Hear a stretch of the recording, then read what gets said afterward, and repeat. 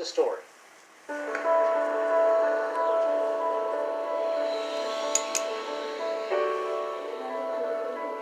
When we first started giving our jobs to foster care youth, we noticed right away that they were getting fired quicker than they were getting hired. And it wasn't no fault of their own. It was homelessness and then depression.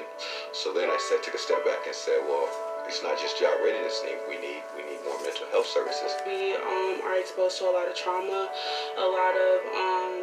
there's a lot of PTSD-ish stuff going on. We're more sensitive than most. So then I made a transition to hire a lot of mental health persons to provide therapy while we're doing the job readiness training. So I merged the two. And so when you say job development, it's really therapy and job development. And we came up with that concept, and we call it Operation Emancipation. The Operation Emancipation program is a program that helps you, basically teaches you soft skills and hard skills to work in a professional environment. So they always want to make sure that we're mentally ready for any pressure that might be put upon us. Emancipated Foster Youth is a youth that has aged out of the foster care system, hopefully 21 years old. Sometimes they can age out the system at 18, depending if they want to volunteer and stay in the system. Franco and the Right Way Foundation first find youth that they feel would be suitable for, one, pass their background check, but be great team members. They're looking for hospitality experience. So once they go through the program with Franco, they come and interview with us, and then they're hired. I'm excited about the financial opportunity like LAX is going to give me, like just by having this full-time job. Right Way Foundation took it a step further about 4 years ago that created trauma-informed workplace mentoring.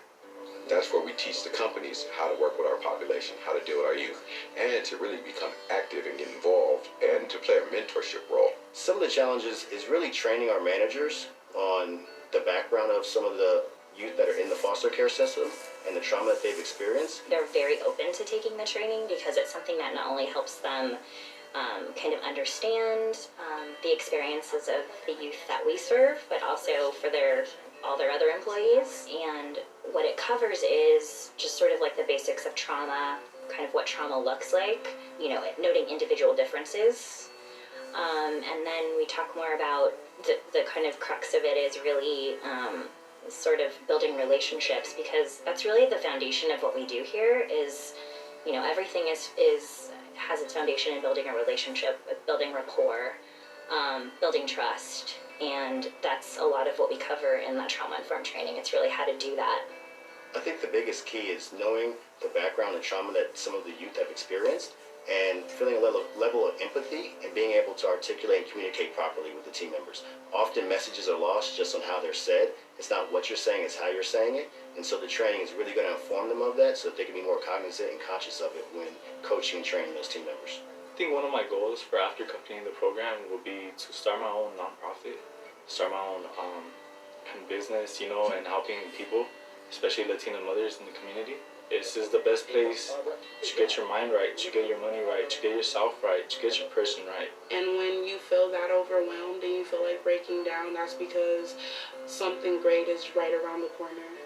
We're improving the local neighborhood and local community by supporting foster youth, and I think this is a great program that we're looking to hopefully expand across the country and support our operations in other cities.